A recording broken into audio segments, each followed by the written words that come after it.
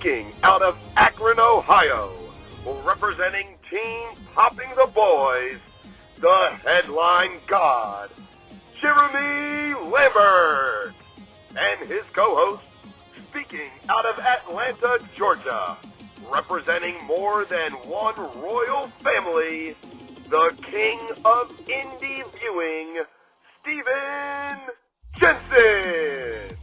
And this is the Spotlight on Fightful.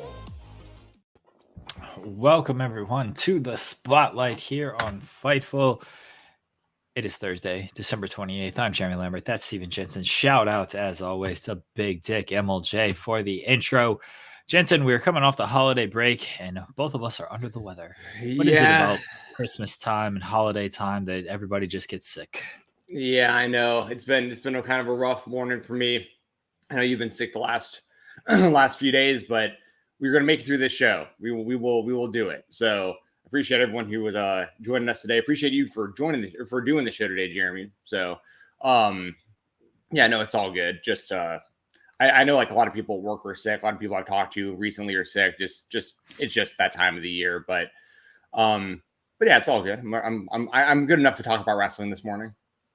I blame the children. The children always bring something home. So Paul Driver Fender says, I've had a cough and a fever since Tuesday. I hope you feel better, man. Yeah. Are we naming ourselves spotters? That seems that doesn't probably not. probably not the best. But we should. I do appreciate the effort in coming up with like a name for the. I don't know. Fan base sounds weird to me because like the idea of having fans to me, friends, our friend group, because we don't have fans. We're just like you guys. We're just wrestling fans talking about wrestling. We just think it's cool if you guys want to hang out and join the conversation and watch along with us. But whatever y'all want to call yourselves, I think the spotters probably not the best name, but we can come up with some names that I think will work well. And maybe we'll get some merch eventually. I've talked about that quite a bit. Maybe we'll get some Spotlight merch, and we can come up with a little catchphrase or something. But what's up, everyone in the chat? We'll have a shirt that says "I'm a spotter." Spotter. Imagine how well that thing will sell. Nope, not well. But I hope we get eventually we should get some sort of Spotlight merchandise or something. But yeah, I'm seeing I see Power Driver Finisher in the chat, Kai in the chat, Hunter Tillman in the chat says good morning, Fightful fan. Good morning to everybody for joining us so early today. Thank you everybody for joining us. We're here every Thursday at 8:30 a.m. Eastern. It's earlier. It feels earlier than usual because kids are on holiday break, and so I actually get to sleep in during holiday break. So getting up at 8:30 kind of sucks. Usually I'm up at like 7:30 or so, and because kids got to go to school, it's like, oh, okay, 8:30 is not too bad. But when I've been sleeping until 9, getting up at 8 to do the show is like, this isn't as fun as it typically is, and I'm not feeling well. That's not helpful either. Like if I was feeling better, I'm sure it'd be a different story. Yeah, it's all good, but yeah, we got a good show for you guys today. No interview this week. Mainly just because it's the holidays. It's too much. And Jeremy being sick, me catching it, whatever I caught like within the last day or so. We couldn't do an interview this week, but if you guys want to hear an interview, I'd recommend checking out last week's amazing session with Ernest the Cat Miller. We went for like an hour and a half with Ernest.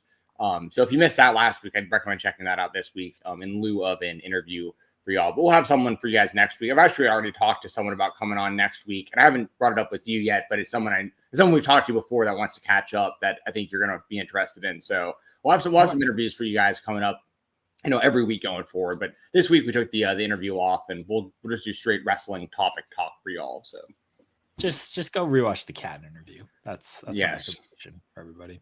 Yeah. All right. Let's jump into the wrestling talk. Over 1 million fans and a great number in the demo tuned in. And it was a great show, and I think it's been a run of great shows. AEW Dynamite last night, the final show before AEW Worlds End. This Saturday, the final pay-per-view of the year. Let's start where the show ended. Stephen Jensen, and that is with the Devil's Masked Men winning the ROH Tag Team titles, which doesn't really have an effect on AEW Worlds End too much. But the big reveal that Samoa Joe was working with the Devil, it kind of at some points felt like it was Samoa Joe was the Devil, but I don't think that was the payoff there. But Samoa Joe working with the Devil, turning on MJF, costing him the ROH Tag Team titles. He faked an injury, then he hit MJF with a chair, laid him out to close the show, held up the title. Samoa Joe, MJF for the AEW World title this weekend. What'd you think of the closing angle? I mean, I like the idea of Samoa Joe being involved. It's just, it seems kind of weird how his whole thing was about, I'm going to protect you so that when I wrestle you and I win this championship from you, no one can make any excuses. I want you at your 100%. And then it just turned out to be a ruse to beat him up right before which like, I get that, right? Like I understand the reverse psychology there, the idea of like, well, he's a heel. So yeah, he lied to all of us. And ultimately he doesn't care how he wins the championship. He just wants to be, but if this was the kind of the plan all along, like because there was like multiple times where like they could have taken out, you know what I'm saying? Like, why wouldn't Samoa Joe just let the Devil's Masked Men just beat up MJ? Like, why would he have done any of the helping him and saving him? Now, I guess if I were to go back and watch everything, I'd probably catch things about like he probably didn't do a whole lot to save him. If I probably go back and really, really pay attention and watch, but it's the idea of like, what was the point of telling all of us that you wanted to win this title fair and square? But once again, I get it. He's a heel. I guess that ultimately that is the whole point, is that like he's a heel. He lied to all of us. He's just trying to win the title however he can. And he beat up MJF last night. He's been working with the Devil. Okay. Like cool. But you know what I'm saying? Like you know what I'm saying? It's just kind of, it just seems kind of counterproductive. Like if you wanted MJF to be beat up the entire time, like you could have just let the Devil and his mask beat up MJF the entire month and then wrestled them. I'm going to play devil's advocate here. Yes, please do. We don't know when the Devil got to Samoa Joe, so to speak, right? Like, what if this was the Devil came to him in the last week and was like, hey, you know what? Maybe I'm better off having you on my side here. Here's an offer you can't refuse type of thing. Maybe Joe's initial plan was, as he stated, that I'm going to protect MJF and, you know, I want him healthy and everything. But then in the last week here, the final week before World's End, Samoa Joe he's got his match, right? He's already got his match booked up. Samoa Joe clearly doesn't give sorry, I didn't want to curse there. Samoa Joe clearly doesn't care about ROH. He just gave away the TV title. He didn't care about these tag team titles. They have no real value to him. So he's like, sure, I'll take this payoff from the Devil, make MJF lose the tag team titles, and then, you know, soften him up a little bit for the pay-per-view as well, because he is a heel. He does want, at the end of the day, he does want the world title. That was his ultimate goal, to win the world title, not to be best friends with MJF. I personally like this angle last night. I feel like I'm almost in the minority. I've seen a lot of people dislike it. And I've not liked the Devil angle overall. It's drawn on too long, and there's just been too many kind of plot holes that haven't been fully understated. But I'll tell you why I like it, and it's because I was not sold on this MJF Samoa Joe main event. I don't like this best friend nonsense going into a main event pay-per-view. It's like we just saw this with Adam Cole and MJF. The Jay White thing was not best friend nonsense. It was just something that dragged on too long. And then here we go again with, Samoa Joe and MJF. Like, the Devil was overshadowing this. Finally, they did something to put real heat on Joe and MJF for the pay-per-view. It finally felt like, oh yeah, they're wrestling at the pay-per-view. Remember this world title match that you have? They did something to put real heat on that match. So that's why I like the closing angle last night. So my devil's advocate argument is maybe the Devil didn't come to Samoa Joe until the last week. That's actually a really, really good point, because that would basically explain any major plot holes or whatever I would have with everything I just said. But also, if you like Kai said in the chat, and when Hunter, pretty much everyone at this point, like we're all pretty much on the same page that Adam Cole is probably the Devil. Yeah, I've said that since the beginning. That's been my pick since the beginning. And excuse me, and what Kai said, is like, so Adam, I'll put the chat up here so people can read it. It says, so Adam has to be the devil since he was like team up with Joe, LOL, which is like, that's a good point too. He was like really pushing for Joe to be the partner. And even if back then that was the plan, it was like, you could look at certain things and be like, okay, that actually makes sense. Like there's a reason why Samoa Joe was put in the position he was put in. Adam Cole has been the guy, but it's weird. So like, I'm wondering if like Joe's going to be, the way it came off to me was Joe isn't in this group with the devil. Like they just hired him specifically for this to help him out. But like, it's all tied together, but like the masked men and the devil is separate from Joe. Like, I don't think Joe's going to actually be in that group. Which, I mean, he could be. It depends on who's in the group. We don't even know who's in the group yet. And of course, two of the masked men are the ROH tag team champions now, which is weird in one way. And I saw somebody, Power Driver Finisher, asked, how do the masked men defend those titles? I'm guessing that they'll be revealed before the titles ever get defended. So whoever won those belts, what's that? So I hope not. I just hope it's just masked men defending the titles. Well, what's funny about that is they can't really, like, if people noticed last night, the masked men didn't really do any moves. Like, you couldn't tell who they were because all they really did was like the Heat Seeker Pile Driver, which is MJF's move, and the rest of it, like, they stayed. My point is, like, it'd be really hard to defend those titles and like not reveal who you are by like certain movements, certain move sets, something like that. Like you'd eventually figure out who is under the mask if they actually wrestled like the people you're used to seeing under the mask. But that's my guess, is that I think the devil will be revealed at World's End. I feel like that's the perfect time to do it. I hope so. I mean, I think it'd be a big miss if it didn't. Like, the pay-per-view is called World's End. This is we talked about it last week with like the rated R era, how like that all led to the rated, or the new era in AEW led to the rated R superstar showing up. Like, if this is World's End, the devil should appear. The AEW's world is over. Like, the world as we know it in AEW has ended because of this big devil reveal and the chaos that's coming. And it's almost like a reset for AEW. And in a lot of ways, AEW is kind of doing that. Like the Continental Classic felt like kind of a reset in a lot of ways, kind of like AEW's roots, kind of the sports-based stuff that people were looking forward to, or that they enjoyed, like early AEW.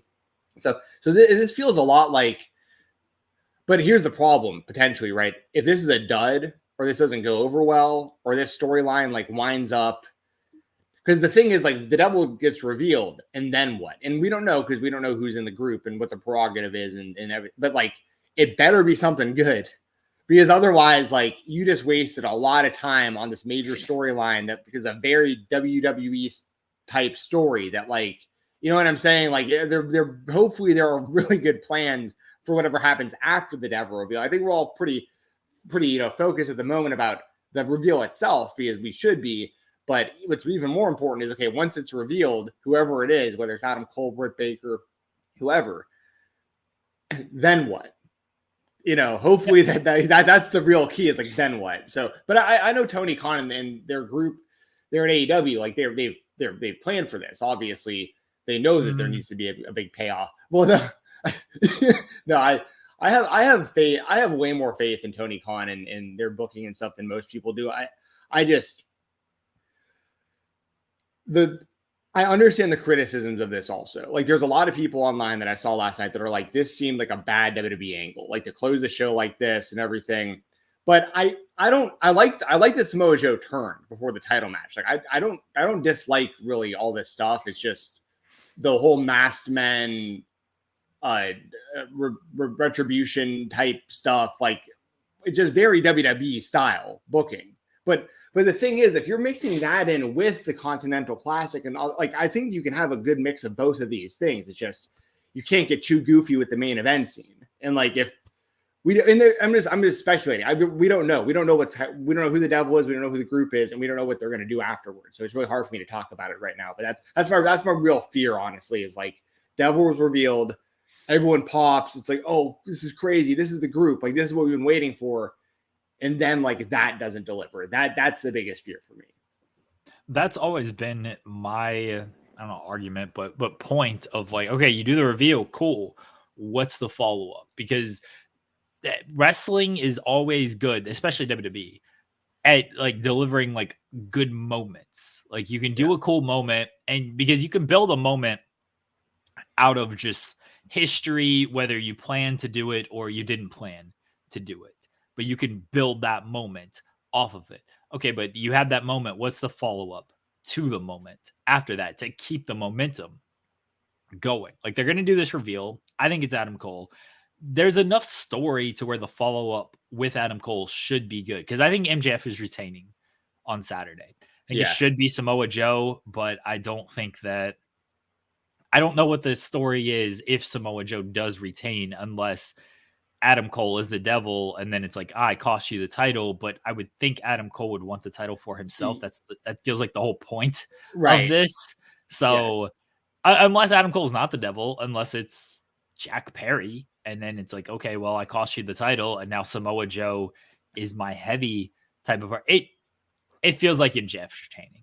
I don't see how you tie the devil stuff with Samoa Joe being the champion kind of together, if that makes sense. Like it does, because like why wouldn't whoever the devil is in that group want, like why wouldn't they want the AEW championship? Why would they want Samoa Joe to be their champion when like Adam Cole would want that title, or whoever, Jack Perry, whoever the devil is, clearly should be the one going after the world title after all of this. I think the devil does care about the world title, Kevin. Like I think they do care about the world title. I don't know. That's where I think maybe I'm off base and that the devil doesn't care, but I think the devil does care, and they want it from MJF, not anybody else, unless Joe actually is part of the group and Joe's just going to be the guy who's going to carry the championship for the group because Adam Cole's not going to be healthy for a little while. I guess it just depends on who the actual devil is, but it feels like MJF's retaining, and then he does the match against the devil at some point down the line, and that's kind of the follow-up. Maybe I was going to say, maybe like they could do something. I'm not necessarily advocating for it, but like considering what we saw at the last pay-per-view, how that was just a cluster of like Adam Cole is going to be injured and defend the title for MJF. I mean, these are the kind of plot holes potentially that could really mess with me and the fan base. Is like, why would Adam Cole be willing to try to defend the title when he was injured? Like when he could have, there's many times they could have gotten this title, this belt off of Max, like as a group, storyline wise. So I don't know. I don't know. Go ahead. What was the chat you were going to read? I'll come back to it. Oh, Six Calderon saying the story isn't about the devil, or isn't about the devil. It's about the championship, and most importantly, Max and paying for your sins. Okay, so we get it. The devil is just an instrument of the story. The story is about the world's championship. Like, yeah. But the devil wants the world's championship, right? Like, I don't. Right. That's how I feel too. Is like, why would they want? Unless the devil was Samoa Joe the entire time, which would make no sense considering like... Well, that's what threw me off a little bit last night, is Joe is like punching him in the corner and is like, I did this to you. It's like, oh, didn't the devil do this? Unless you're the devil, Samoa Joe. And if they're going to try to explain that, it'd be like, that was definitely not... We've not seen Samoa Joe and the devil in mask up to this point. Like that's 100% has not been his body in the, like, sorry. like when like the devil pulled up to the limo and it was like, some guy who looked like he was like 170 pounds, 5 foot, 5'10" or whatever. Like that's not Samoa Joe that's been pulling up on people. But you could, I guess my point was, because of like the cluster in the last pay-per-view, how they just kind of like I was going to say rebooked all the stuff that they did on the last pay-per-view and MJF eventually beating Jay White with one leg and all that stuff. You could theoretically do something at the end of this pay-per-view that's like MJF barely gets by Samoa Joe and he's injured and he barely gets out of that title match for that championship. And then right after, like the devil does one of those like, up on the screen with like the text like challenges for the title or something. And MJF, similar to last night, lets his emotions get the best of him. And he's like, F this guy. I don't care if I'm injured. I don't care. Like, come out here, devil, face me. Like, come out here. And like, he actually defends the title against the devil after Samoa Joe potentially, and the devil beats him for the title. Special. Yeah, it's actually exactly like that. But the reason I say that is because like literally last night MJF did that. Like, he was injured with like the shoulder and everything, all taped up with the brace on, and it was the same kind of thing where he still put the titles on the line. Even though, so they can literally play off of that at the pay-per-view and be like, his emotion gets the best of him. He's going to defend the title. He just lost tag team titles because he couldn't stay out of his own way. So why wouldn't he do that, with the world championship also? So you can kind of make sense of this kind of stuff. But I'm going to actually kind of predict that. I think that MJF's going to win the title from Samoa Joe, retain the title over Samoa Joe. And then I think that Adam Cole or Jack Perry, whoever the devil is, probably Adam Cole, comes out and pins MJF and then reveals themselves. And then the whole group comes out and they unmask. And it's like, we find out who this is. We have a new world champion, kind of a reset for the company going forward. And that's the major storyline is the new devil as the champion. I think that would actually make things make at least more sense to me if they did it that way, I think. Although it makes the devil look a little bit weak that they had to like come in and win that way instead of just like winning it. But we're not going to have the devil just in a one-on-one match straight up. It's the devil though. Like, who gives a shit if the devil's weak? Like, it's 100%. You're right. He's literally called the devil. Like, you're not trying to book him to be the most, heroic baby face here. Like, you're trying to book him to look like an asshole. This isn't. Chris Statlander was a weird dynamic. He's like, wait, Statlander's like top-notch babyface. Why is she coming in here beating Jade Cargill, who just had a match? Like, the devil should be doing some underhanded stuff like this. So I think I actually think your story here makes some sense with, and if they're gonna still play up this whole MJF hasn't re-signed thing, which I don't believe, it's a way to get the title off of him and get him off of television for a couple of weeks. Get him off television for a couple of weeks. Like, oh, I've run MJF out of AEW. I've cured AEW of the MJF problem. He can go elsewhere. And then MJF returns heroic babyface. What you gonna do? Yeah. No, I'm with you. And also to the point of the devil not needing to whatever, stay strong and the way they win the title. It's especially if it winds up being Adam Cole. That doesn't matter to Adam Cole in story because he's lost multiple times to MJF with a shot at that title. So for him, it's like, I don't care about, we've already had the 2 5-star matches with one another. Like, I don't care about that. Like, now I'm talking about, I have the title. Like, that's what matters to him. Six Calderon says the devil has a faction. What happens with that? That's kind of what we were talking about a minute ago. Like that's my biggest fear, honestly, is what does happen. AEW has done a really good job with some of their factions and a really, really poor job with some of the other factions. So I don't know. It depends on who's in the group and where this all leads to. But I do have a legitimate fear about that not working out. I don't know. I'll make a bold statement. I don't feel AEW's done a great job with any faction as far as how they should actually act. Yeah. I think they do some okay stuff. I think plot points get lost too often with factions in how they should actually be acting. And even the factions today, I don't feel are as cohesive as they probably should be. Kind of like Blackpool Combat Club is like the original point of that faction was to harden people and train and just all like a gym, like an MMA gym. And they've kind of lost that plot point along the way because they're sometimes baby faces, they're sometimes heels, and the only person they've really taken under their wing is Wheeler Yuta. And they haven't really done anything else to lift any other young person up. Don't even get me started on the mess of a segment that was the Don Callis segment last night. And then every single Jericho faction that's ever existed has not really paid off for anybody but Chris Jericho.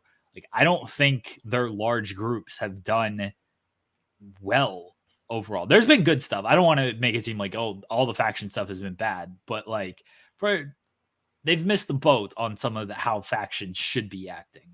No, I'm with you, but to be fair, and I think you'd agree, kind of based on what you were just saying. Like, I still do really like the Blackpool Combat Club. Like, I think they're a badass. I like group. them. Don't get me wrong. But I know but they're not optimizing what they could be doing with these groups, and they do kind of lose the plot on some of the stories and what the group's dynamic should be and stuff. I'm with you there, because like, for instance, like I thought the Inner Circle was a good group, especially because like with AEW starting and stuff like that, Jericho being the first champion, like there's been good stuff, but then like the Pinnacle was a flop. What was it, oh my god, what was the name of the Stokely Hathaway's group, the MJF Original Devil group, the Firm, that went nowhere. I mean, there's been plenty of that too. So, but yeah, that's a fear. That's a fear what they're going to do with this group going forward. I mean, well, once again, it depends on who's in the group. It's too hard for us to really give a good analysis. The group started as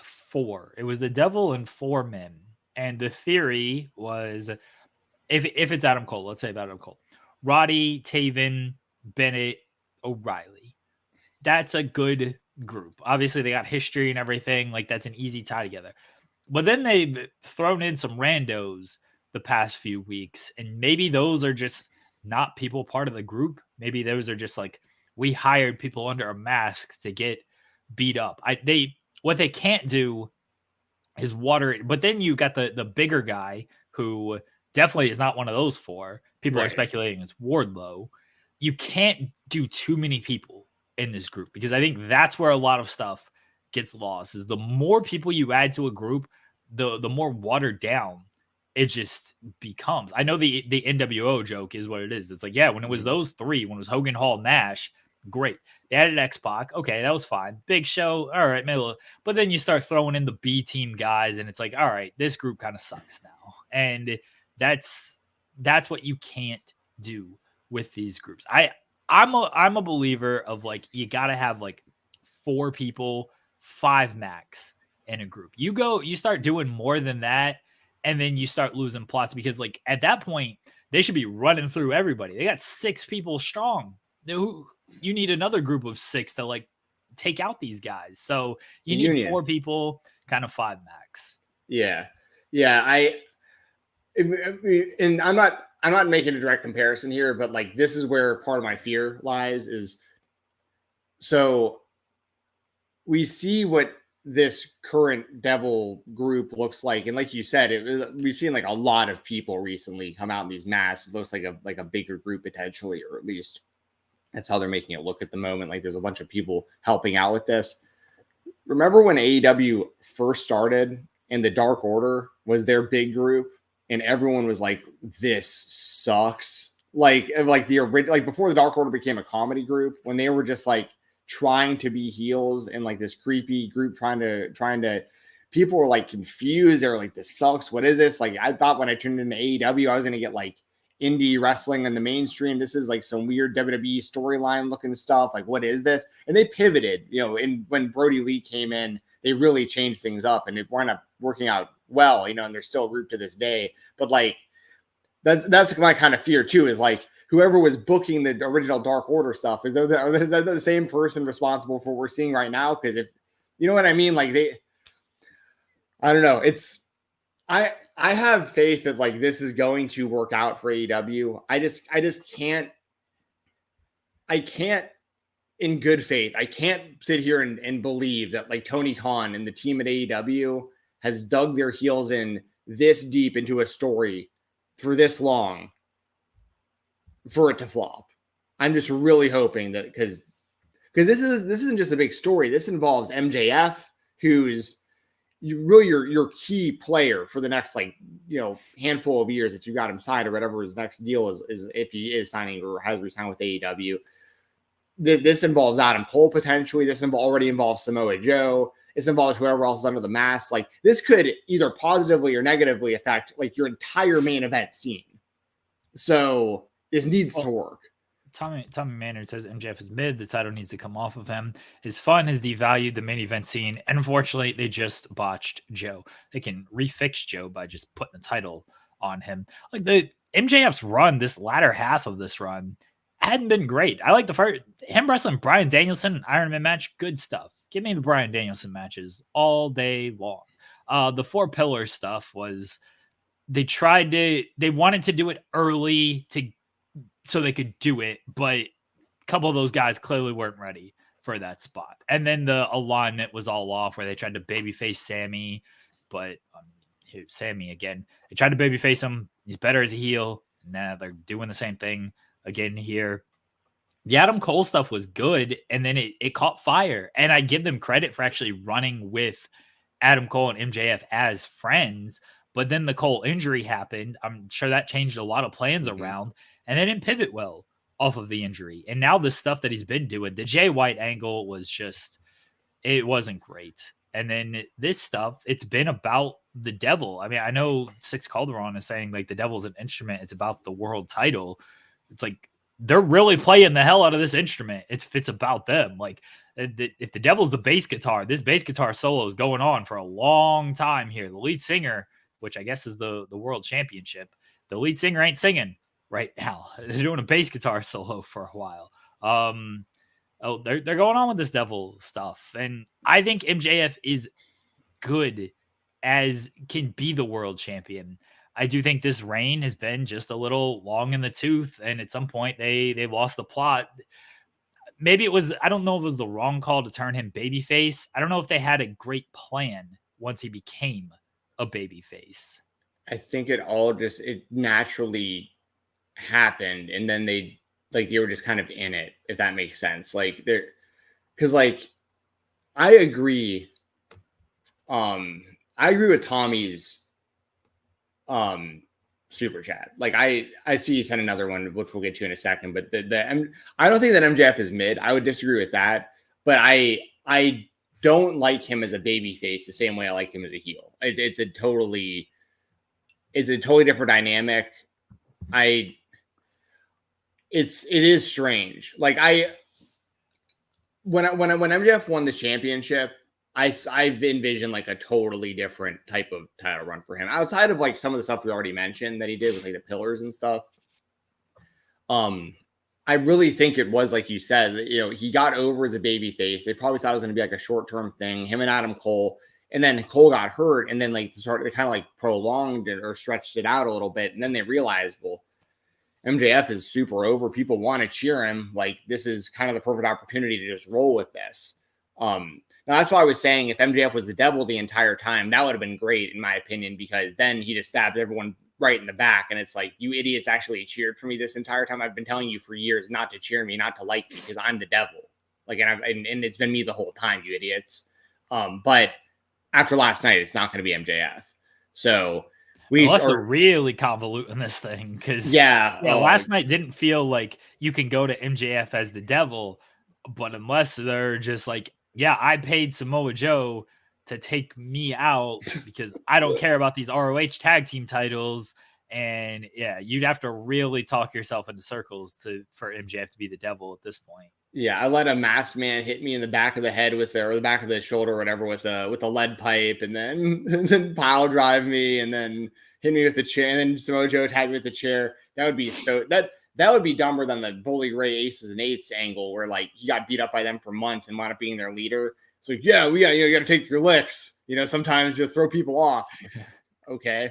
No, what happened is y'all panicked and were like, no one else makes sense. Let's make him the leader. And so I think that, I'm with you, Tommy. I don't think that they necessarily botched Joe either. The problem with Joe is like, how many chances is he going to get before you're like, it's tough, right? Because Samoa Joe, so he's always gonna have the credibility, but like at the same time, how many times can you lose championship matches? Similar to Adam Cole, he's had at least 2 shots against MJF for the title now, right? One was a draw, and then all in. But then it's like, if you were to come out again and just wrestle MJF again and lose a title shot again, people would stop having that same kind of confidence, of him, just because you've seen him lose too many times getting that shot. It's like, eventually he'll probably beat MJF, but like MJF's, 1-2, 1-3, 1-4 against these guys or whatever at that point. It's a little different. So I don't think that, Samoa Joe's a made man, I think, either way, but I understand. I get what I get what Tommy's saying. I get what other fans would be saying that are Samoa Joe fans that feel like, this isn't the best use of him and they don't want to see him lose again. But, I don't see them taking the title off of MJF unless it's, whoever's on the devil mask, I think is who's getting that title from him. I'm trying to think if the first MJF Adam Cole match, I guess I can look this up, was a title eliminator match and not an actual title match. That's a good call. I can't remember. It was. It was an eliminator match, so not technically a title match. So there you go. So he's technically only lost one actually title match. Okay, let's hit a couple of these super chats. Appreciate you guys leaving super chats, by the way. Thank you all. Leave a thumbs up on the video as well, and subscribe to the channel. Tommy says, really don't know what can help Tony at this point. Mox Eddie feels bigger than the world's title at the moment. Thoughts? We'll talk about the rest of the World's End here in a second. We'll go through the rest of the card. I'm with you though. What's that? I'm with Tommy though. It feels bigger. Tommy also says I'm a fan of heel MJF, so not a hater. And then he also says this is his favorite show on Fightful. Thank you. Oh, thanks, man. Tommy. We appreciate that. Thank you. You're probably the first person to ever say that. And Rob says, could Tony Khan be the devil? I don't think so. That would be too WWE. If they want WWE comparisons, you do that. Yeah, it was me, Austin. It was me all along. That would be the worst idea ever for it to be Tony. Tony has always been, and I know he's like done appearances on the show and stuff. And really, the only time he was a plot point on the show was during the Cole MJF stuff when he was chastising them for like making a ruckus backstage and everything during that skit. Otherwise, like when he's been on the show, it's just been like, hey, here's an announcement by Tony Khan. He hasn't been like an actual part of the storytelling. So, and he's always made it very clear of like, I don't want to be that person. I hope that is still his philosophy because it's not necessary. And yeah, I also don't think Tony can pull it off. Like I just don't think he can pull it off, and it would be very bad. It would be very bad if Tony Khan is the devil. Wouldn't be good. No, we can't fully rule out. It could always be CM Punk. If it's CM Punk, that would honestly be the biggest story in history of wrestling. Yeah. Obviously, it's not happening. We haven't ruled out the 1998 Denver Broncos. I see that meme every now and then, which really pops me for South Park fans. Yeah. But yeah, no, I'm with you guys. I think that would be listen. I like Tony Khan. All right. Like he has his quirks. He's not perfect. I understand the criticisms and stuff, but like it would be a really, really bad idea if he was the devil or he was involved in the storyline on screen. Chi-Town Spurs says, if I got to deal with another pay-per-view cycle of this type of storytelling with MJF holding the title, I'll probably quit AEW. I don't know if it's going to be this type of storytelling, but you are going to get more of the devil stuff. They're going to do the reveal, and then that's going to continue to the next cycle. So this is what I'm a little concerned about now with the end of the Continental Classic is I'm sure we're going to get great matches in AEW because AEW, even at their like bad stretch, which was from Full Gear, from like All In to Full Gear, All Out, I guess technically, to Full Gear, which was not a great stretch for the company. Like you were still getting great matches. It's just having great matches with some stakes to them. And that's what the Continental Classic was presenting. It's like, okay, you know why these matches matter. They have to continue that even without doing like a Continental Classic, because the Continental Classic, which wrapped up last night, we're getting Jon Moxley, Eddie Kingston in the finals. Moxley defeated Swerve and Jay White in a triple threat match. Kingston defeated Danielson. So we're getting them in the finals. The winner is the ROH, the New Japan Strong, and the AEW Continental Champion off of this. I'm looking forward to this match, and it feels like it's Eddie Kingston's to lose, honestly. Yeah, I feel like he's got to win this thing now. I like that they set this up this way too. You had me really convinced that it was going to be Jay White and Eddie. Myself. Yeah, and I was convinced that Jay was going to win this whole thing. And then when Mox won, I was like, oh, this is sweet because it's either going to be Mox versus Danielson or Mox versus Kingston. He's got history with both, obviously. So it was like a win-win at that point. And I like that they're going with Mox and Kingston. And I like that Mox came out after the match and they went back and forth on the mic. Both those guys are like two of the best ever on the microphone. I love both those guys and the way they can talk. And basically, they sold me even more on it. The whole Mox basically saying that Eddie needs to bring 110% because that's been his criticism his whole career is like that he basically drops the ball and he hasn't ever reached his full potential. And like Mox has been trying to get that out of him his entire career. And he's never been able to really beat Mox. And like, this is like, basically Mox is basically telling him to do it. He's like, put me down, dude. Like, prove who you are. Like, beat me, but you can't. You know you can't, and you never could, and I'm in your head, and you're going to lose again. But you should come out here and beat me, dude. I want you to beat me, but you can't. And, like, that's pretty much the vibe I get from it, and I like that a lot. And I think Kingston's going to win that match. I think Kingston's going to win as well because it makes the most sense with him being on ROH Yes. and then also doing New Japan. Mox will do New Japan Strong events. I mean, he does New Japan events as well. And then whatever Continental Champion is going to be. They already have 2 secondary titles. I don't know, throwing in a 3rd secondary title, how that's going to affect things. But then, yeah, Eddie being on ROH television, I hope that, they have an established ROH TV champion in Kyle Fletcher, although he's still on AEW TV. The tag team champions are masked guys. Athena continues to do Athena things. They have the women's title now. They have the 6-man titles. I hope that the ROH champion is going to be on ROH, but they're also going to be an AEW champion. So we'll see how that kind of plays out. I just don't see Moxley kind of being an ROH champion. That feels a little weird. So it does seem like it's Eddie's to lose right now. And they've done a great job telling this Eddie story of like, he lost the first 2 matches. He's got to fight from underneath. I love this line to Bryan Danielson of like, I'm like the king of the bums, but also like the king of the underdogs.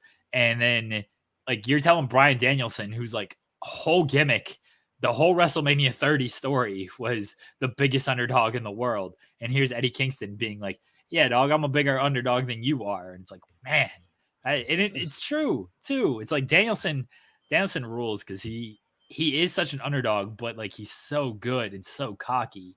It's like, yeah, Bryan Danielson's also just wrestle circles around these dudes and isn't really this underdog. So yeah, Kingston's so good. So good. I can't wait for this match on Saturday. It's going to roll. It's going to absolutely roll.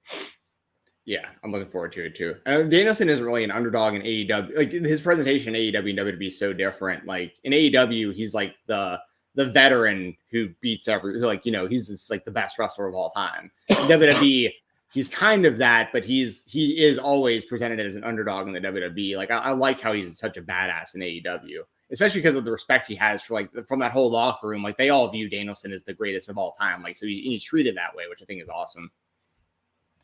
Anything else on World's End that sticks out to you that you want to quickly talk about? Just real quick, I'll say I'm looking forward to Wheeler Yuta versus Hook for the FTW title in the pre-show. I think that's going to be really good. I like both guys a lot. Obviously, Mox and Kingston. That's probably the thing. Honestly, that might be the thing I'm looking the most forward to. I think the show will be good though. It's a good card. The MJF Samoa Joe stuff, like I'm expecting that to be super overbooked because of the storylines. And Christian and Adam Copeland, no DQ. I think that'll deliver. That'll be really, really damn good. Every match on the show will wind up being good. I just don't have, like, for instance, like I'm not super into Miro versus Andrade. Swerve versus Keith Lee, I think is cool that they're doing it. It makes sense, but like Swerve, I feel like is like well above this at this point. Like he should be in like the main event mix, but I think that's where he's going to head after the Keith Lee stuff. I think he will be elevated. They had to switch up the tag team stuff. They're doing an 8-way, and the way they set that up last night was weird. So like, but I don't want to we don't have enough time to like deep dive into that, but like so it's one of those things where I think all the matches will be good, but on paper, I think like Moxley and Kingston looks by far like that and I think Christian versus Copeland. I think those are the two strongest by far, things I'm seeing on the card.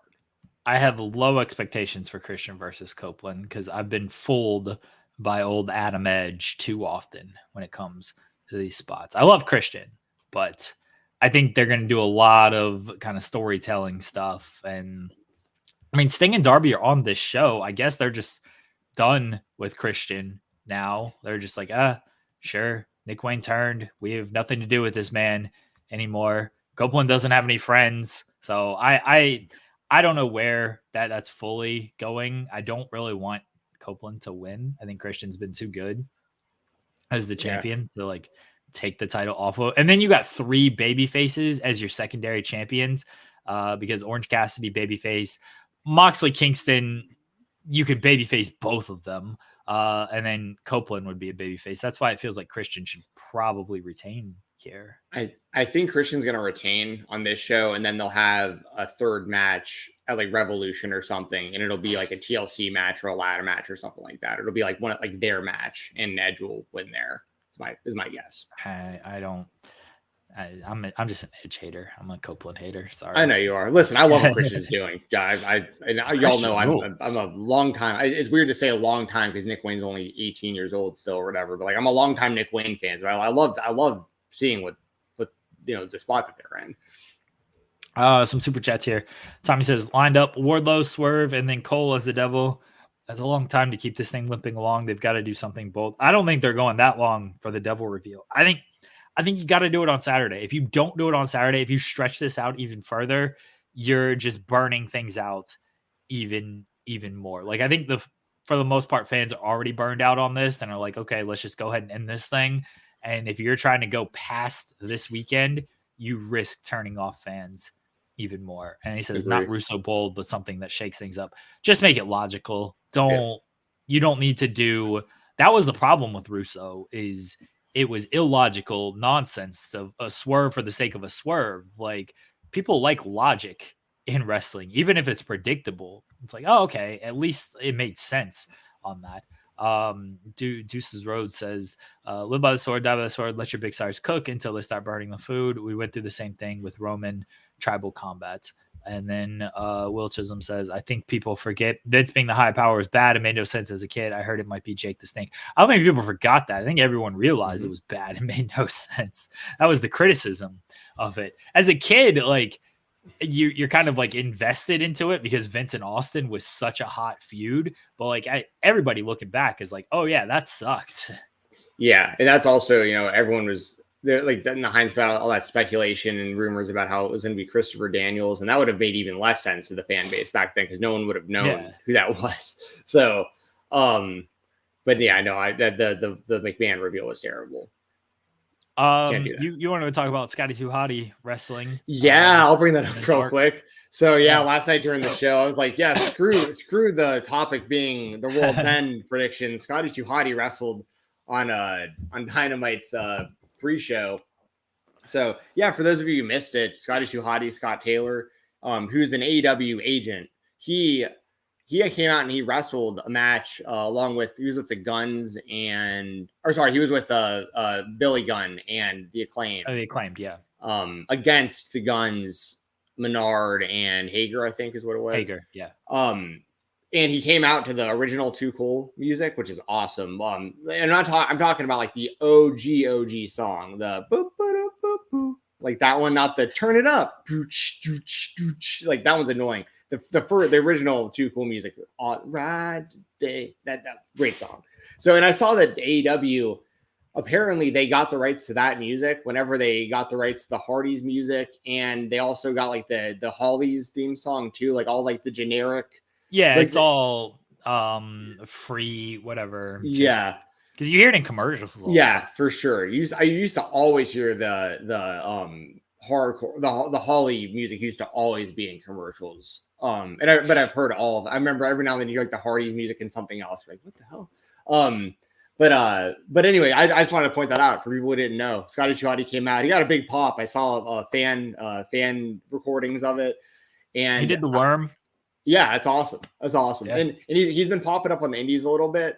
And he's been mostly wrestling overseas lately. But when he first left WWE, he did like GCW shows and stuff. Yep.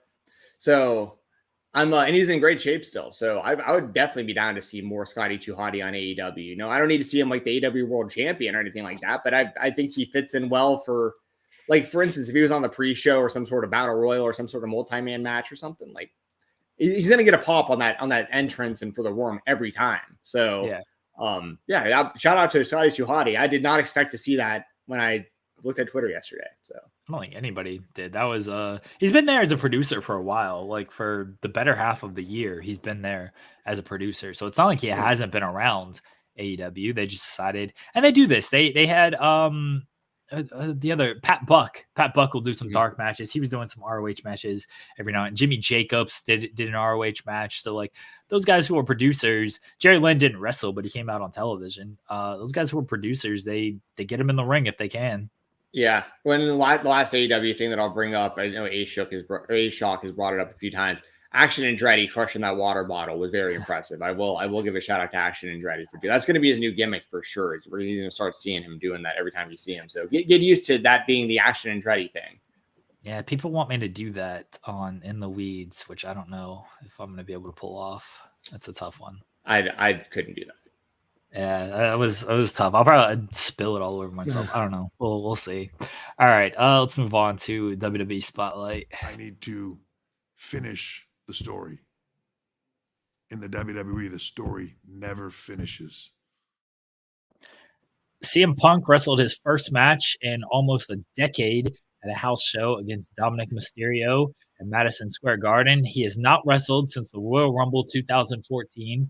We don't really know what CM Punk's been doing since the 2014 Royal Rumble, but, you know, he returned at Survivor Series. He finally got back in the ring. He got a "You Still Got It" chant from the crowd. How impressive was CM Punk's return to you, Jensen? Man, I watched the whole thing. It's available online. I watched the match. I mean, it looked like your typical CM, but he did his greatest hits, and the fans were into it. And I like the way that the finish was pretty good. Like the way that he did the reversal into the go to sleep and everything. Also, not, you know, Dom's out there killing it. Like he's doing everything he needs to do. Hitting really nice 619s and stuff. Like, you know, I thought it was fine. Like, and I saw that they gave Punk like a little present and stuff before the match, and I saw some of the videos of him being very like, you know, it's like he's really taken back, like very. I mean, once again, I know a lot of this is new to him again because he is back in the WWE. It is a different environment. It's Madison Square Garden and stuff like that. But it's just so strange to me because like I saw this return. I saw this all happen already. Like when he came back to AEW, like I saw the pandering to the fans and the I'm back and the I'm so happy to be here and I love this person and that person. I love this venue and that venue. I love this match and that match. I love all this history and that history. And I've already seen all this. But to the WWE audience, this is new to them again, and a lot of them probably didn't even. That's the thing I always have to keep in mind. To a lot of the WWE audience, it is how you just described it. He's been gone since 2014, and now he's back. They didn't see the UFC run, they didn't see the AEW stuff. He was gone that whole time, and now he's back. And that's an interesting perspective to have. I kind of wish I could have that perspective. It'd be like a TV show that I love and like watching it from the beginning, like not knowing anything. Like if I were to able to see like Breaking Bad from the start right now, it'd be awesome. Because it'd be like, you know, it's kind of like that. It's like I feel like I've already seen the CM Punk return, but a lot of these fans haven't, and they're getting to see that now. So good for them. He looked fine out there. Like I have nothing bad I can say about it. Like he hit all the moves you'd expect him to hit. He looked good. He's in good shape. Yeah, the fans were into it. I mean, it is kind of weird that his first match back was untelevised after 10 years, but it's Madison Square Garden. I mean, of course he wants to wrestle on MSG, so I get it. I find it funny that people are mad about the "You Still Got It" chants. It's like, did you guys not see his AW runs? Like, most of this audience probably didn't. Like, Who cares? Why are you so mad at this crowd chanting "You Still Got It" to him? Like, it just feels like a weird thing to be mad about because we are very much in an online bubble and we have to recognize that not everybody is as online as us. Like a lot of these kids, like some of these kids, probably didn't hear of CM Punk until he did return. and then they got to explain to him. Maybe the AEW stuff was left out, but it's a very I don't know if Pavlov's dog is the right analogy to use here, but like you hear people cheering for this person, and even if you don't understand what's going on, it's like, yeah, I'm gonna cheer as well, type of thing. It's like, okay, they're chanting "you still got," okay, I'm gonna chant "you still got it" as well, even if I don't fully understand it. Like a reaction creates a reaction, right? It's an old comedy bit, is like a comedian who is up on stage performing and stuff. If they see like a few people in the front row like really laughing, they'll focus in on them and make sure to hit the punchline to them, because if they react, then everybody around them reacts, and then everybody around them, and then it just creates the reaction. Like that's what happens here. So even if you didn't know of CM Punk until he came back at Survivor Series, you heard the reaction at Survivor Series and you're like, all right, this shit seems like a big deal, I'm gonna react as well. It's like, all right, why are you mad if they chant "you still got it"? Like, yeah, let them be. I got no problems with that, and I agree with everything you just said. Like there's a lot of these fans that like, this is, like you said, this is either their first time seeing CM Punk or they've heard about it. It'd be kind of similar in certain ways. The length of time wasn't as long, and there wasn't a return before the return really. But like, imagine if back in like 2002 or whatever, Shawn Michaels returns, but you started watching WWE maybe like 3 years prior. So like, you've always heard about Shawn Michaels being the greatest. You've always heard about like this legendary guy, this guy who started DX, this guy who was part of the Rockers, like, but you never got to see it live. You never got to actually see it happen, but you've heard all this stuff. And then he comes back and he blows your socks off. You're like, oh my God, this guy's incredible. Like he had wrestled for 4 years. Like I see what people are talking about now. Same kind of thing with CM Punk in a lot of ways. It's like a lot of these fans, this is literally their first time they can watch him live. I mean, there were people, and this isn't a knock, but there are people who cover professional wrestling, like get paid to cover professional wrestling right now. And the first time they saw Stone Cold Steve Austin wrestle was at WrestleMania against Kevin Owens. You know what I mean? Like, just put that in perspective.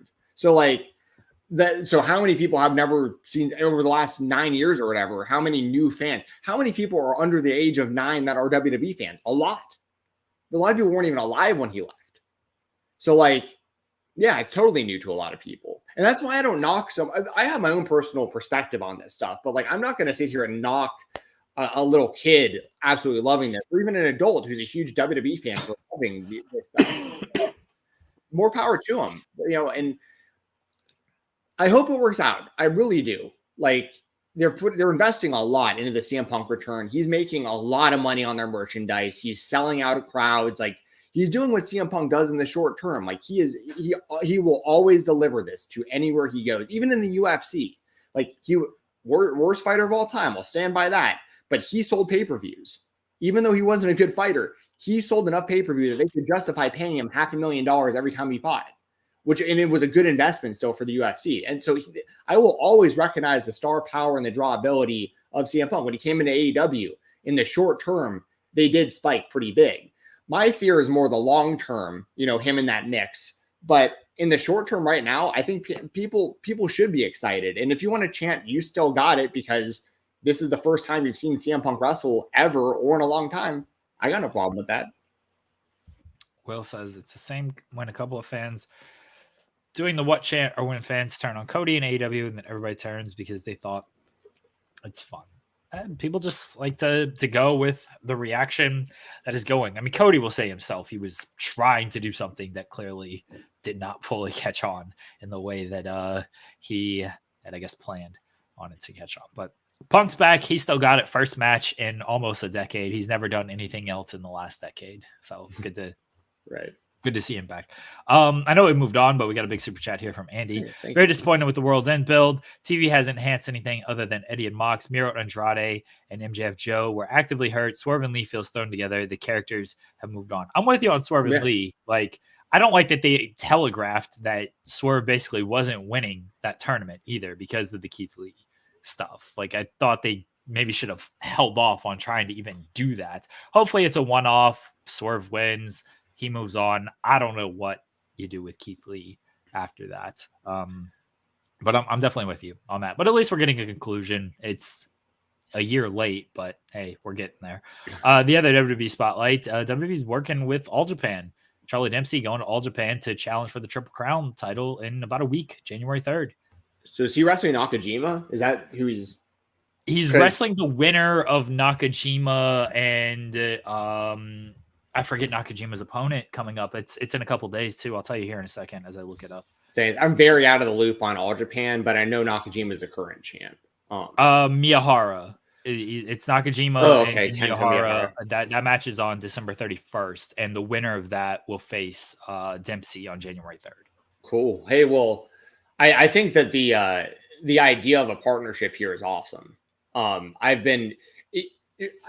That was one of my main things when Triple H finally started getting this kind of power in the WWE. And I look back even to his NXT, like the earlier NXT days when he brought in Jushin Liger to wrestle Tyler Breeze and like that type of stuff. Like, I think he's always had his finger on the pulse. And I bet you a lot of people would probably disagree because they'd probably say like he doesn't care or he's just looking the other way or it's not even on their radar. I guarantee you Triple H was salty during the Forbidden Door stuff. Like, he's got to be, because he's sitting there going, man, all these people think that AEW and New Japan and all this stuff is the best wrestling and they're all working together, TNA and all this stuff. Like, do they not understand that, like, if I had my way, I would make some of these dream matches for the fans, but I can't because Vince is in the way. I think he really wants, because this leads me to believe he wants to do this kind of stuff, because why else would well, go ahead. No, you can finish. I was just going to say, like, I understand there's a mutual benefit. It's mutually beneficial with All Japan and like NXT because it gets someone like Charlie Dempsey reps outside of the WWE system. And that could be really beneficial to other people. And it'd be beneficial because you could bring in someone like Nakajima potentially and like wrestle NXT and that kind of stuff. So I see the mutual beneficial points to it. But I guess my bigger overall picture is like, I think Triple H, if he had his way, I think Triple H would use more outside talent. I think he would use more outside talent. I don't think he wants to necessarily do dream match cards like Forbidden Door. I think he's fine with, okay, Jushin Liger comes in and he wrestles Tyler Breeze, right? Because you can beat Tyler Breeze. And there's no real big conflict there. Nakamura goes to Japan to face Muda. Like, okay, you can do that match in Japan. It's not really going to register. Nakamura really wasn't doing anything at that time either. It's not going to register with the WWE audience. Carl Anderson working with Japan. All right, he goes to Japan. That's not going to really register too much. And like, it's Carl Anderson. Even though they brought him back, they don't have big plans for Carl Anderson. They're sending Charlie Dempsey over. Dempsey loses all the time on NXT television. So it's like, okay, that's not, I don't think he wants to do a thing of like, yeah, let's do a big New Japan card. Here's Okada against Seth Rollins. Oh, who's going to win this one? Not your guy. Like, I don't think he cares to do dream match stuff because unless he's just going to have guys who are going to take these losses, but I don't think he wants WWE stars taking too many losses here. Yeah. But if you do, I think he wants to do partnerships. I do agree with that. I don't think he necessarily wants to do dream match stuff in that partnership. He wants to take those guys and have them be under WWE contract to do those dream matches. Right. And I want to clarify what I meant by Forbidden Door isn't the pay-per-view. It's the concept of like the companies working together. And they have done what you're talking about a little bit. Like, even the Cruiserweight Classic is an example of that, which was Triple H's, Triple H and like Danielson and them like kind of put that together. But like the idea of bringing in Ibushi and Zack Sabre Jr. and stuff like that, even if it was short term. But even the idea, like I'll never forget Tyler Breeze beat Jushin Liger with a spinning heel kick with that beauty shot or whatever. And I was like, did he? I thought Liger won that. Oh, no, I'm sorry. What I'm confusing is Tyler Breeze beats Hideo Itami with that move. That's what it was. Okay. Because I remember being so mind blown because it was Kenta in the WWE, and I was like, Kenta's gonna run through everybody. And then like Tyler Breeze beat him with a spinning heel kick, and I was like, wait a second, this is different. This is different. I think Jushin Liger beat Tyler Breeze, actually. Now that I'm thinking about it. Pretty sure Liger won that match. Did he?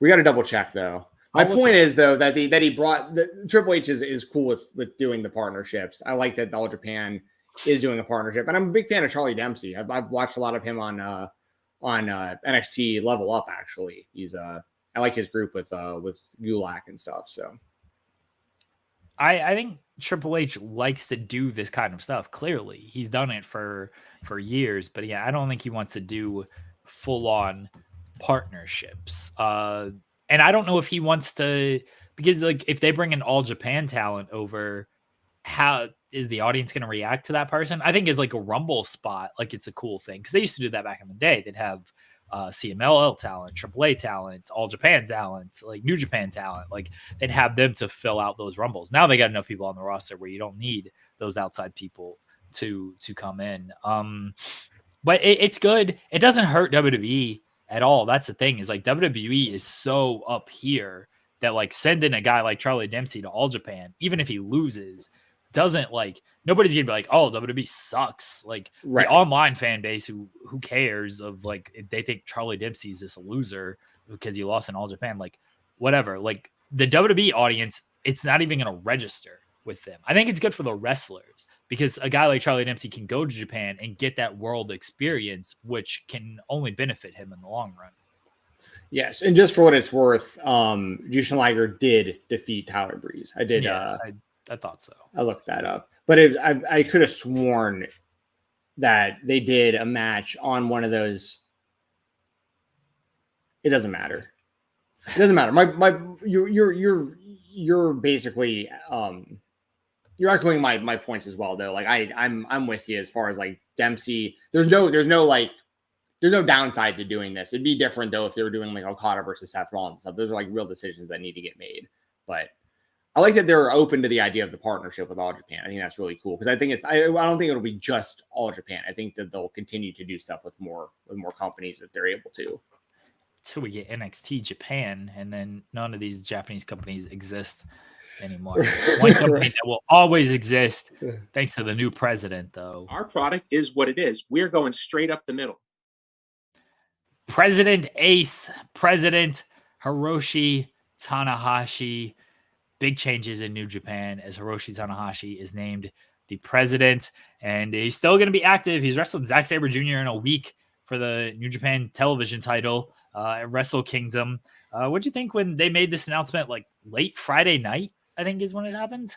Yeah, so you're going to have to fill me in a little bit on this. Like, what's the, like, I know that this has happened, but like, what was he doing like previously? Was he already a part of like the front office in New Japan or anything? Or did they just decide like, dude, you've been here the longest, everyone loves you? Like it was like a heavyweight situation. Like at the end of the movie when Tony Perkins gets kicked out of camp and they're like, well, we all want to stay at camp, but who's going to be in charge? We don't have any counselors. And it's like, well, who's been here the longest? And they wind up going with Pat because he's been the counselor for like, 20 summers or whatever. This kind of feels the same way where it's like, we need a new president. Who's been here the longest? Who's everyone like? Tanahashi. But that's just me just joking around. What is his background with that? Do you know? I don't know if he had like an official office position. He has like a law degree and everything. He's always been like an ambassador and a representative at like major meetings in Japan. Like anytime they have what I guess they call like summits of like, oh, hey, New Japan, All Japan, Noah, like they're meeting to discuss things. Like Tanahashi's always been like that representative for everyone. I would almost, I don't know if this is the best way to compare it, but like I would almost put it as like a Danielson thing where like Danielson doesn't have like an official, I guess now he's on the disciplinary committee, but like he doesn't have like an official title type of thing, but he's certainly like the most trusted professional wrestler on this. And so they wanted to have, a wrestler take over this position. Tanahashi's obviously at the closer to the end of his career than the beginning, has experience in an office setting. So they were like, yeah, sure. Like, let's go with Hiroshi Tanahashi. And I love that, by the way, for all those reasons. Like I really thought it was cool that they announced that, and the feedback was great. It was all positive. All these other wrestlers, all of his peers, and they were all like, "This is awesome. Good for Tanahashi. We want to work for Tanahashi. We want to work with Tanahashi." And I don't know if Jericho was like, it's hard to tell with some of his tweets, but like he was like, "Man, I love that. Like I work for Danielson, and I love that. Like I've always loved Tanahashi. You know what I mean? Like it seems like the wrestlers are like rallying behind like." They like that Tanahashi's been put in this position, so that's good too. And I'm a fan of Tanahashi. And the thing is, with his injuries and stuff, like, I don't want to see like a lesser version of Tanahashi going out there anymore and like falling off the top rope because like his hips are shot, or like using his knees and all this stuff, or like he can't do the high fly, or the high fly flow is going to hurt him every time he lands, or like the sling blade, he's having a hard time getting. Like, I don't like, if this is a path where like he can kind of not be in the ring as often and like, but still be involved and still be like one of the faces of the company, that's a win for everybody, I think.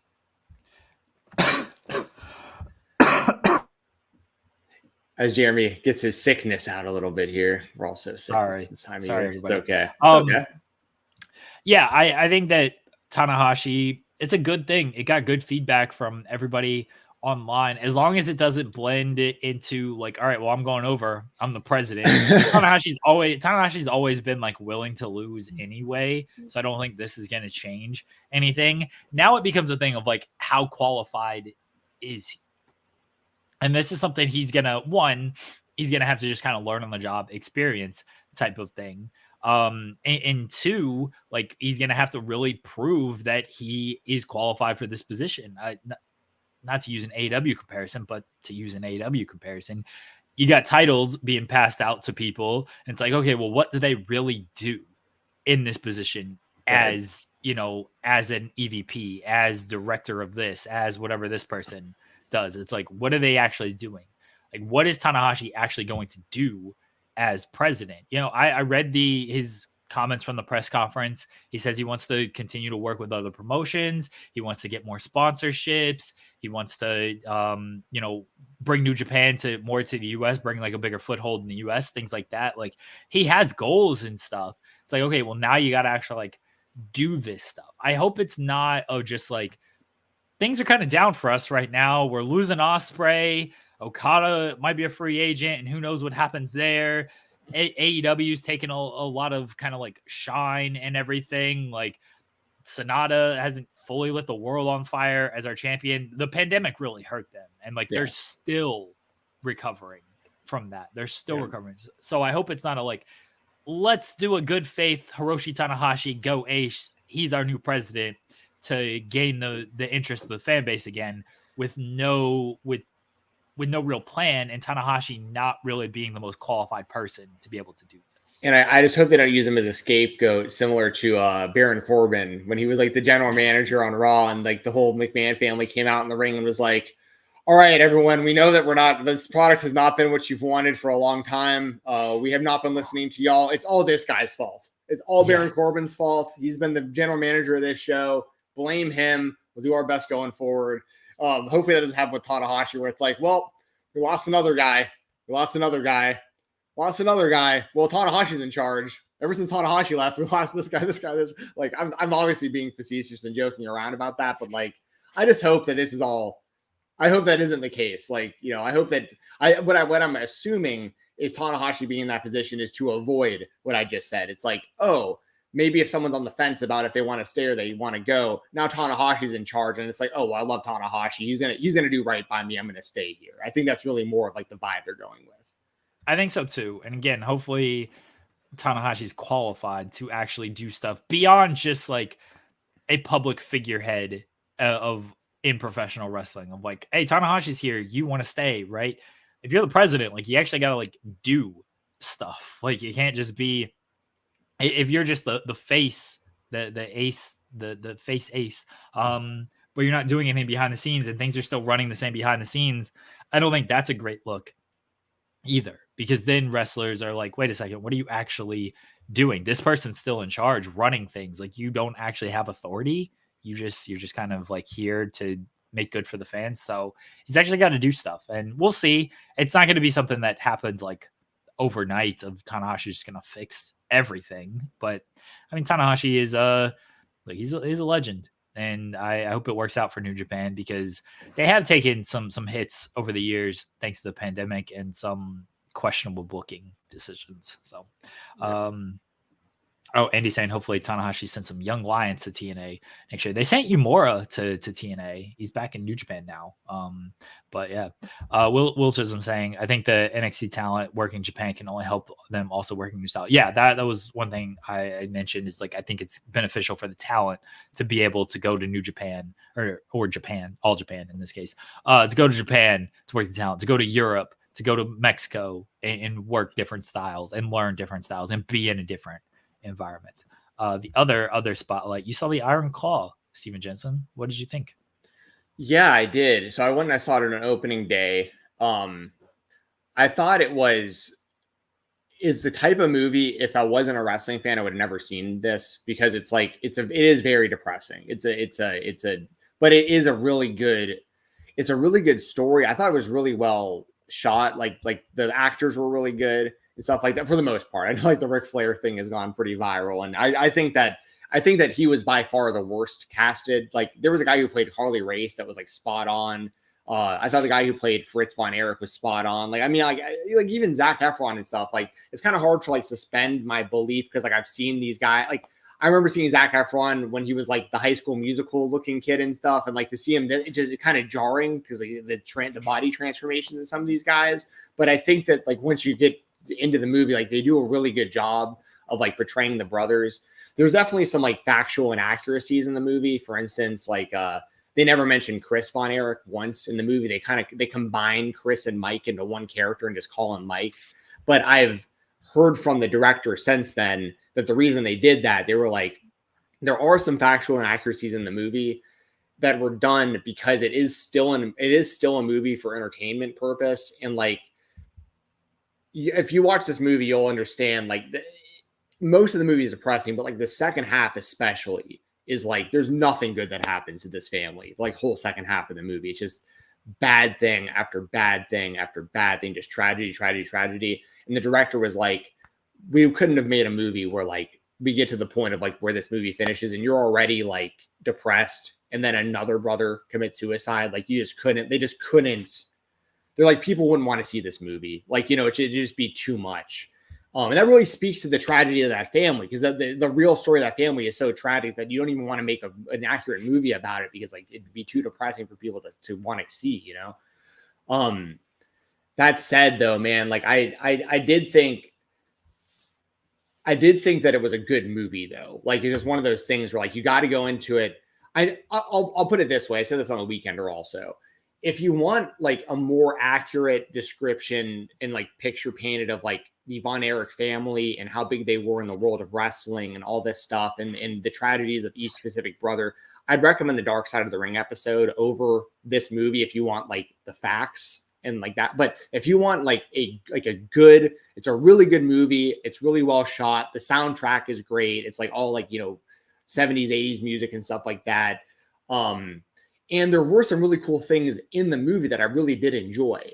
But what I didn't like, outside of some of the inaccuracies factually, was I wish they would have done more highlighting, like,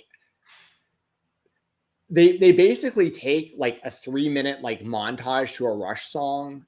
And that's what they use to pretty much show like the rise and the popularity of like the Von Erichs in the wrestling scene. You get a very little idea of like them versus the Freebirds and stuff like that. I wish there would have been more like of them in the ring, more showing like how huge they were in Texas and then how huge that made them mainstream worldwide. They do a good job of making them seem really big locally, but like worldwide, they were so massive for like a few years in like the late 80s to like the mid to late 80s. They got like really, really, really famous. But by like the late 80s, I guess like the late 80s, early 90s is when like, they started kind of falling off in a world-class championship wrestling and all that stuff. So I guess I would recommend the movie to wrestling fans, but like you got to go into it knowing like it is a depressing movie. If you know the family story, you already know that going into it. But I got to give credit to like Zac Efron. I think did a great job. That dude who's the Lip Gallagher from Shameless. Alan White. Yeah, great job as Kerry Von Erich. The reveal of his amputated foot, by the way, like I could tell most of the people in the crowd, in the audience in the movie didn't know that part of the story because the way they reveal it, there were people in the crowd that were like gasping. They're like, oh, what? And then you realize like he wrestled his WWE career with an amputated foot and stuff like that. And like so once again, super depressing, really well acted, really well shot and directed, factually inaccurate at points, but but if you don't want to be depressed and you don't want to see something sad, don't go see this movie. If you want to know more about the family, just watch the Dark Side of the Ring episode, which is sad in its own right. But the way, and I will also say this, I'm saying this because it'll probably, some people might be deterred from seeing the movie otherwise. They don't show like the deaths of each brother. Like you don't see, like you see like kind of the aftermath of some of it, but like I was a little bit worried about that when I saw the movie. I was like, I really don't want to see like a really, really intense scene of the actual acts of like the suicide and stuff. And they also leave it somewhat ambiguous with David's death, which in real life, people really don't know if it was like an intestinal thing or an overdose or like what, but like he died in Japan in a hotel room. So they're just anyway, I could talk about just that movie for a while because like I have so many up and down thoughts about it. It was like 2 hours and 15 minutes long. And so yeah, I'd recommend. I know a lot of wrestling fans really, really enjoyed the movie. I enjoyed the movie, but like I also would understand why people wouldn't want to see it. I don't think you can fit that whole story into a 2 hour and 15 minute movie. Yeah, I know like once I know people who were turned off from the movie when they learned that Chris wasn't, they basically cut his story out. And I read the interviews with Sean Durkin of like, yeah, it's already a lot of tragedy. That was like one of the last things that they ended up cutting because like he was part of the movie, like he was in the script for so long, and then they had to just cut things down and to have a tighter movie and everything. And then it was like, and he said, yeah, there's already so much tragedy, we didn't want to put like another one in there. So I understand that. I think there's two minds of it. You're a wrestling fan and you know the story, so you know what you're getting into, and so you're watching it from almost a wrestling perspective, and you're sort of, hey, that's inaccurate type of thing. Or you're a moviegoer and you're like, all right, let's go see what this is about. You're not worried so much about the inaccuracies. You're looking to watch the film as just a fan of movies. Essentially, like, oh, okay, this is like a good story. This is a good movie.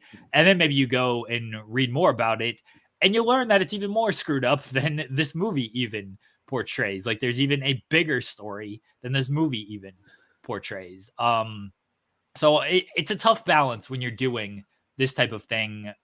When it comes to any biopic, right? Any biopic probably has like some inaccuracies and everything. But then the point is, well, you got to make a good movie. You also want to be as accurate as possible while still making that movie, but leaving a little bit so people who maybe don't know the full story, if they research it, they learn about it. For film. I was gonna say also something that they also is interesting to me is the way that they make it seem in the movie is that like Fritz von Erich was like this terrible human being, and that like the family essentially like kind of turned on him eventually because like they didn't like the pressure that, and in a lot of ways I'm sure that was accurate. But I just need to also point out that, like, in the Dark Side of the Ring episode, Kevin speaks pretty glowingly of Fritz. And he's like, no, he was a good man. And, like, we did love him. We respected him. It's just, I think he was hard on them. And he probably is, his father methods probably weren't the best, in a lot of ways. But I just want to put that out there, too. In the movie, they make him seem like he was like a terrible person. But, like, when you hear Kevin actually talk about him in real life, he speaks really highly of him. So there's just little things about that people kind of need to keep in mind too. Dolla for film says, personally, I think films should be more ambitious and go for what needs to be conveyed, not worry about how depressing it will be to people. I understand that sentiment. But again, you're dealing with production studios, you're dealing with budgets, you're dealing with a lot of different factors that it's very easy for us to be like, yeah, let's do this kind of movie.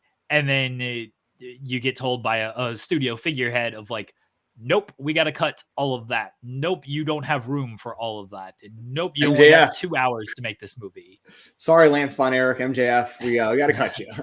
Yeah, so like that's where it's very easy for us to sideline kind of like I would write this, and maybe that's where and I know Sean Zirkin was asked of like, did you think about making this like a TV series, like a limited limited whatever they call those things, TV like a 4-episode limited edition series. I don't think it's called limited edition, but a series. And he mentioned that like maybe, but like we wanted to kind of keep it on a film, so.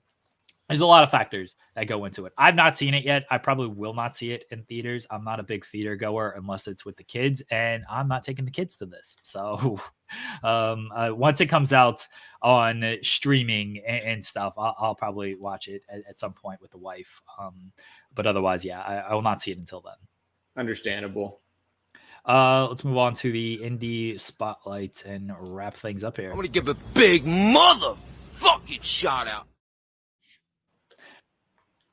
Top Dolla attacked Joey Janela at the GCW holiday show just before Christmas, and now they're going to face each other Rumble weekend in Tampa.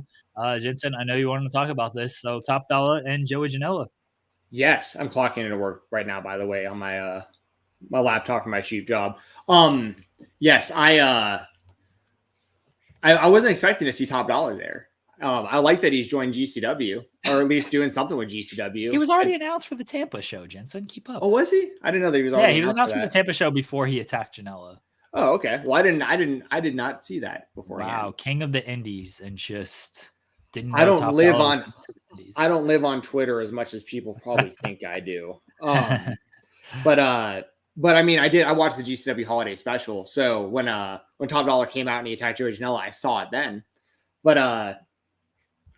But I mean, it makes sense, right? Because we talk about it all the time. When Joey Janela, when anybody who's either like former WWE or like even like a legend, like a Ricky Morton or X-Pac or anything like that, PCO, any of those kind of guys, like Joey Janela is going to be the automatic go-to opponent. And Top Dolla also has that history of being in the WWE and I think that he's a guy who's probably got a lot to prove. You know, like his WWE runs were, probably a little underwhelming to him, right? Like, I mean, I think there was a lot of potential in Hit Row, and I really liked him on that Hidden Gem show, or whatever they called that Hidden Treasure show on A&E. Yeah, Most Wanted Treasures. Most Wanted Treasure. I think he did a really good job on that. He seemed like a really good dude. Like I'm pulling for him. He's a big guy. He seems really enthusiastic. He has a lot of enthusiasm for like the wrestling business. He seems to want to really do good. I know he had that botch that went viral when he like went over the top rope. But then I saw that actually led to him finding he had some sort of like medical issue or something, and like that it wound up being like this massive blessing in disguise. So like I thought that was. I don't want to say cool, but like it was like I liked knowing that it was like, wow, this massive negative turned into like this life-saving positive for this guy. Like, so I'm interested to see what he can do on the indie scene. Like, without the WWE handcuffs or whatever, maybe there's a lot more he can do that we have not seen. I'm open-minded about it. I'm interested to see it. And I think Joey Janela is the perfect opponent. Like he'll show out. Like they'll have a really good match, I think. So this is going down on this will be the end of January. Yeah. So yeah, I'm looking forward to it. I'm excited to see what he can do outside of the WWE system, because he's a product of the WWE. I don't think he had an indie run prior. He was an athlete, right? Probably a football player that went through the Performance Center and really started on that A&E show, and then we haven't seen a ton of, at least I should say, I haven't seen a ton of him in the ring. And I don't think there's been a lot of him for people to see even up to this point. So him in a one-on-one setting in GCW, it might not go well, but I think if it does go well, he has a whole new career potentially for himself outside WWE. I mean, he's already doing well outside of WWE. He's presenting the MVP trophy at the Cheez-It Bowl. Like nice. he does good for him. He does a lot of stuff that like wrestling is something he enjoys doing, clearly, but he actually has like a profile outside of wrestling that I don't think people give enough respect to, because they just want to make fun of his wrestling career, which hasn't been great. He's mainly remembered for the botch. He still won't battle me. I'm trying to battle rap Dolla. but he won't do it. We could We'll maybe see. get him on here at some point. He'd be a good guy to talk to. I'd be really interested to know more about him. Sorry, I'm not about talking that to him noise, until he y'all. battles me. Once that happens, then we can talk. But I want to Yeah. battle rap against them. We'll I see would how it goes. absolutely love to see you battle rap against Top Dollar. It probably wouldn't go well for me, but I just want to do it. I think it'd be fun. Him and Janela always knows how to construct these matches too. And Janela, like, say what you want about him, but Janela has really great matches on the independents, and really, like, the crowd reaction is always going to be behind Janela to uplift things even more. So we'll see with Top Dollar and Joey Janela, really with Top Dollar and what he wants to do on the independents. I don't know if he's gonna like work the scene a whole lot. But we Well, that's shall what I'm see. interested to see. Like, if he shows out in GCW and like puts on like a really good showing that kind of people didn't expect, it's just going to really open it up for him. Like, he can maybe show up in GCW more often. Other independent promotions are going to take notice. So it could be potentially pretty big for him in the wrestling world if he pulls this off.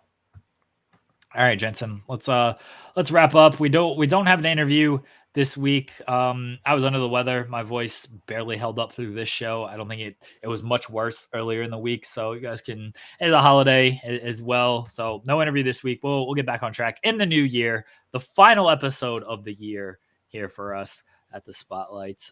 Happy holidays, everybody. Merry Christmas. Happy New Year to everyone as well. Jensen, anything? Go ahead and plug everything. Yeah, I'll say Tony D is pretty cool, Frank. I was seeing how long I could go like ignoring this bit because the chat is very much going off with Tony D. I might like Stacks better though. Oh wow. But yeah, if you want to follow me on X, it's Fight Talk _ use code Fight Talk and independentwrestling.tv. Listen to the Weekender podcast on FightfulSelect.com. That's every Sunday or Monday over there on Fightful Select, talking in the world of independent professional wrestling. For those of you who've been following my journey for the promotion, for the job, I can't say anything for sure yet, but things look pretty good. We're gonna storm the place if you don't get the promotion. All the spotters are gonna storm. Yes. I'm hoping that by next week I can have some good news for y'all. But I talked to my boss's boss the other day a little bit about it, and it just sounded like they were waiting on an approval essentially. And like, hopefully, knock on wood, I don't want to get ahead of myself, but I appreciate everybody for the positive vibes throughout the shoot job promotion process, and hopefully I have some good news for y'all next week. But I got to go work right now. They're already asking me where I'm at, so I will. I'll see y'all next week, right here on the same place, same time, for the Spotlight, and y'all will hear me before then on the Weekender over at FightfulSelect.com. Y'all have a good one. Are you gonna hang out for a second, Jeremy? I'm about to leave the studio. No, I'm gonna wrap up. Okay. All right, everybody. We'll be back next week. New show, new interview. Talking Worlds End, talking WWE. It's a big week in wrestling. It's honestly the first week of January is always like one of the busiest weeks of the year, but we'll be back next week to cover it all. Guys, we appreciate the support. We appreciate all the super chats today. Thumbs up on the video, subscribe to the channel. Fightful Overbooked tonight, 8 p.m. Eastern. We have our year-end stream, so come hang out with us over there on Fightful Overbooked to talk about just 2023 in general. Look ahead to 2024. Appreciate all y'all. We'll be back next week. Everybody, enjoy your weekend. Enjoy the wrestling this weekend. Enjoy World's End. Have a happy new year. Stay safe out there. Talk to everyone next week. Bye, everybody.